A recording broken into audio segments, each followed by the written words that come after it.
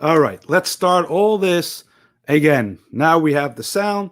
The mic is here. We're not muted. If someone can just comment back that you've heard the sound, I would be greatly appreciative, whether on YouTube or Facebook, the same way that you're able to get it. Just please let me know the sound is working.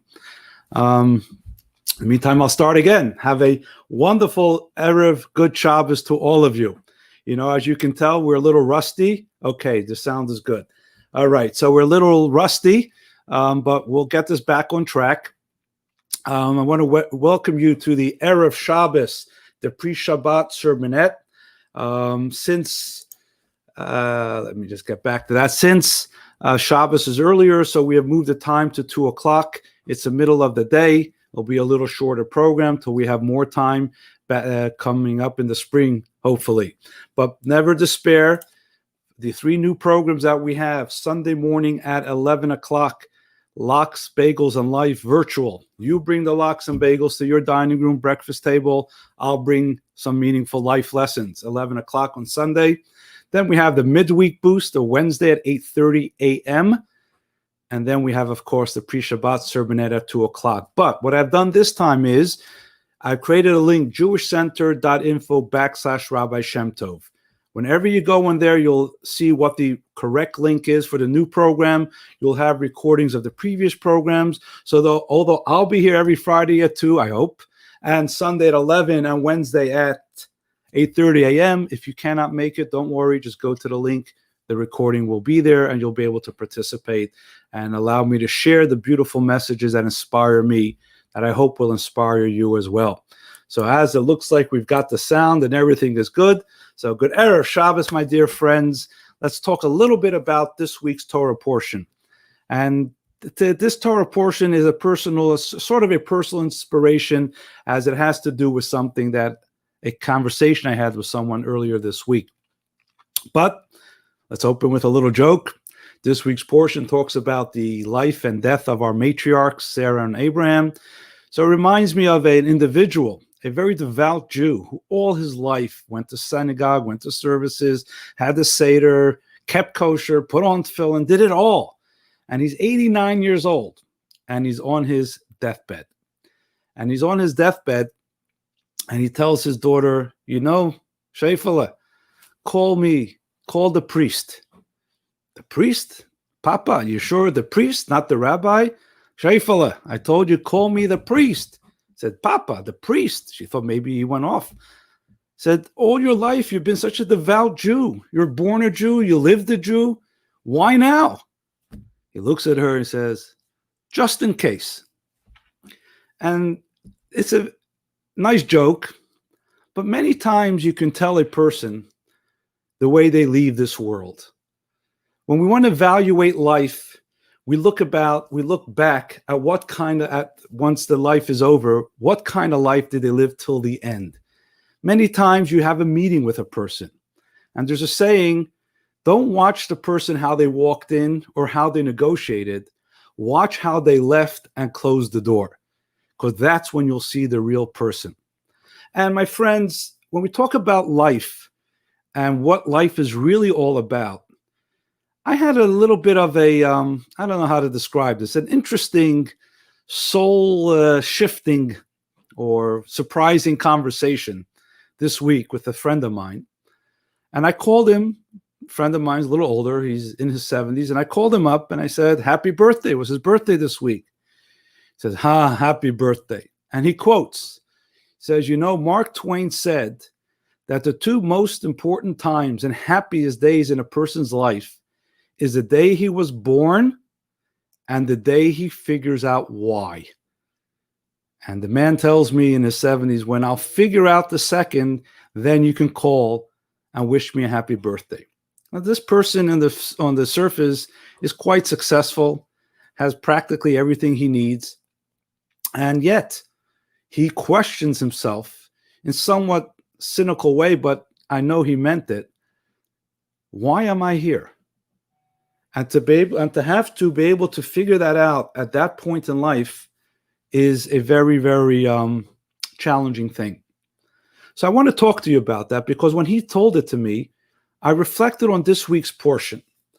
And, there's so much that we learn, not just from the stories in the Torah, but also from the names, the titles of each section of the Torah. And so it is in this week's Parsha, because in this week's Parsha, it talks about the end of life. The end of life of our matriarch Sarah, the end of life of our patriarch Abraham. It's really talking about death, the dying. Now, dying is a part of life, but yet you talk about the name of the portion. The name of the portion is Chaye Sarah, the life of Sarah. Although the portion is talking about her afterlife, what took place when she passed on, and it concludes with what happens when Abraham passes on. And yet, though the beginning and the end of the portion talk about the passing and the death of our patriarchs, the name is life. Because, as our commentaries explain, when do you really know a person's life is what happens when they have passed on. Is there an impact? Is there a purpose? Is there still a continuation of everything that they lived for? Then there was a truly purposeful and meaningful life. And let me share with you a very interesting observation that our commentaries make on this portion that I believe is very important for all of us, especially during our challenging times now. Both with Sarah and Abraham, when the Torah mentions the amount of years that they lived, it says in a very peculiar way. Sarah died when she was 127 years old. Abraham died when he was 175 years old. And the Torah could have said that just that way. But the Torah uses a very interesting language. And here's where nuance in Torah is very important, because kind of that's where you see, in a sense, the Torah's own commentary on itself. But that's for a different time. The Torah uses a language for Sarah. She was 100 years and 20 years and 7 years. Let's say 127 years, 100 years plus 20 years plus 7 years. And interestingly enough, it uses the same language at the end of the Torah with Abraham. He was 100 years and 70 years and 5 years. And the question is, why such an unusual language? It's an extra 4 words in Torah. And we learn so much from a letter, a vowel, a pronunciation of a word. There's certainly a message in here. And Rashi, the basic commentator on Torah, explains that when she was 100, it was the same way that like when she was 20. And when she was 20, she was just like when she was 7. When you're 20, you're clean of sin. When you're 7, you're beautiful and cute. And the Torah is saying that even though she was 127 years old, her 100th year was not different than her 20 and the 7. There was a consistency. And as Rashi further comments, Kulan Shavin Litova, they were all equally connected to a positive and good thing. And the same idea is with Abraham. And the powerful message that this is that we all know in lives, we have different phases. We have different stages. Generally, you have your youth, your adulthood, senior adulthood. But then even in each of those stages, there's so many different stages and phases in our life that one may feel, what's the connection of this to that? It's all disconnected. And typically, usually, that's the way it is. We do our youth, then we get older, we have fun, so to speak, then we become more mature, and each level is something that seems to be a disconnect. We kind of move away from our previous immaturity of the previous stage. You know the famous saying, youth is such a valuable thing. It's a shame they waste it on young people. Because when you look back at your youth, if I would have just used that energy for what I know now, so there's 2 ways to look at it. But it's a waste of time. Now we got to look forward. Not so with Sarah's and Abraham's life. They never looked back and said that part of thy life was invaluable. Every single part of their life, although there were different stages, and although there were different phases, they were each focused on the same idea. And their focus was on making a change in this world, impacting this world. When Abraham was a young boy, until the day he died, with all the different changes and challenges that Sarah and Abraham had, before they had a child, Isaac, and after they had a child. It was all the same, making an impact on the world. And therefore, although they went through the different phases and ages of their life, that impact that they made, that is seen after their life, is something which was of a common focus in everything that they did. And this, my friends, is something that we must always remind ourselves. Things change, and boy, have things changed. 2020 has changed so many things, and we still don't know when it's going to end. But we must never look at it as a disruption of our purpose and meaning of life. We should just see it as a different phase, but the same life, the same purpose, and the same value, maybe just seen in other things. There's so many different opportunities that came our way that we may have had to adjust to, that we have to do things differently. But one thing never changes. From the day you're born, whether you're 7, 20, or 100, 5, 70, or 100, it doesn't matter. You're always focused on impact. That's what Abraham and Sarah teaches us. Chaye Sarah. Sarah may have passed away, but life doesn't end where you pass away, because it doesn't begin and end at different stages and phases. Our soul comes into this world to do something, for a purpose, for a meaning. The way we translate and live that purpose changes, but not you and not why you're here. And I want to conclude with something very beautiful that I heard this week. As I mentioned on Wednesday, the Jewish world mourned a huge loss with the earlier than expected death of Rabbi Lord Dr. Jonathan Sacks. Now, I want to take a moment. Rabbi Lord Dr. Jonathan Sacks. Rabbi Sacks was a major accomplished person. He won many awards. He was world-renowned. He would come to speak anywhere. The place would be crowded. So articulate. I know personally, I have learned so much in how to articulate and understand to myself very complex issues of faith, ideas that the Rebbe has taught us constantly about the unity of the world that we live in and the Creator. Dr. Sacks has taken those ideas of the Rebbe and allowed us to find the language that we are able to understand it in lifestyles of today. An amazing man. And I was listening to some of the eulogies that were on YouTube that you can watch. And one thing struck me, one little anecdote that someone said, because this, I think, encapsulates not just, of course, the life of the Rabbi Sacks, but the life of you and I and every individual. As I mentioned, Rabbi Sacks was a rabbi in a synagogue for many years. Then he was a chief rabbi of England for, I think, over 20 years. He was a world-renowned speaker. Everyone on all levels, on the highest levels of government and philosophy and science, always had a conversation with him and always dialogued with him. He said once to one of his colleagues, "When I pass on, I don't want to be remembered for all the Torah that I taught. I don't want to be remembered for all the ideas that I shared." I'm paraphrasing. "I don't want to be remembered for all the awards that I've received," and he received many awards.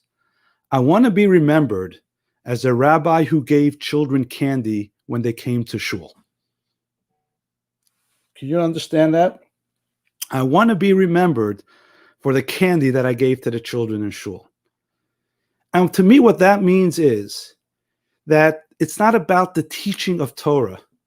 It's about the sweetness that you give. He doesn't want to be remembered for the idea that he shared with you. He wants to be remembered that that idea brought you sweetness into your life. And through that idea, you were able to have a sweeter, and may I say, a more joyful life. And that's something that I think we need to take from this parsha. We are so challenged this past year, the past month, the past week, and who knows what's going to happen. Always remember and remind yourself, you're here to make a difference. And the difference that you have to make is right in front of you, to the people you know, the people you love, and the work that you do. And always remain focused and ask yourself at the end of the day, not what went wrong in the world at large, not what you would hope would be better at the world at large, But ask yourself the question, what is my life really all about? What am I going to be remembered for? Not in a depressing way, but to excite you and inspire you to focus on positive good and positive impact. That's the life that Sarah lived. That's the life that Abraham lived. That's the life that all of us can live. A life in which every day of our life is unified by meaning and purpose and inspiration, that regardless of what goes on around me, within me, I have a power to make impact. And by making that impact, I plug in to this energy, the power and inspiration of our great founders of our people, Abraham and Sarah. Have a wonderful Shabbos. Look forward to seeing you next week. Sunday, Wednesday, and Friday. Again, let me remind you of the link, jewishcenter.info / Rabbi Shem Tov. And I will take now a moment, if those of you who want to wish the community good Shabbos, if there are any good Shabbos messages here, I will, I haven't one from Anita. An early good Shabbos to all the extended Shem Tov family. Thank you, Anita. And you're all my extended family.